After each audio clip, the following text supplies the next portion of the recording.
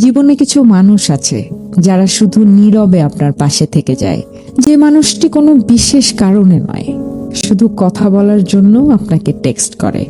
তাকে কখনো ভুলে যাবেন না, যে আপনাকে শুধু তার কাজে নয় বরং আপনার কণ্ঠ শুনতে কল করে। তাকে কখনো ভুলে যাবেন না, যার হাতে সময় না থাকা সত্ত্বেও আপনার সাথে দেখা করতে চায়, যে শুধু একটু সময় কাটাতে দু একটা কথা বলার জন্য আসে। সে কখনো কম গুরুত্বপূর্ণ নয়।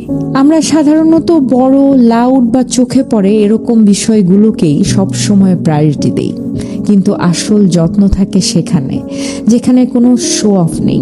নিজের জীবনে সেই মানুষগুলোকে চিনতে শিখুন, যারা লাউড নয়, যারা বড় বড় কথা বলে না, কিন্তু সব সময় ধারাবাহিকভাবে থাকে। কারণ জীবনে সব সময় মূল্যবান মানুষ তারা নয় যারা বেশি দেখায়, বরং তারা যারা সব সময় আপনার পাশে থাকে, সব কিছুতে আপনার পাশে এসে দাঁড়ায়।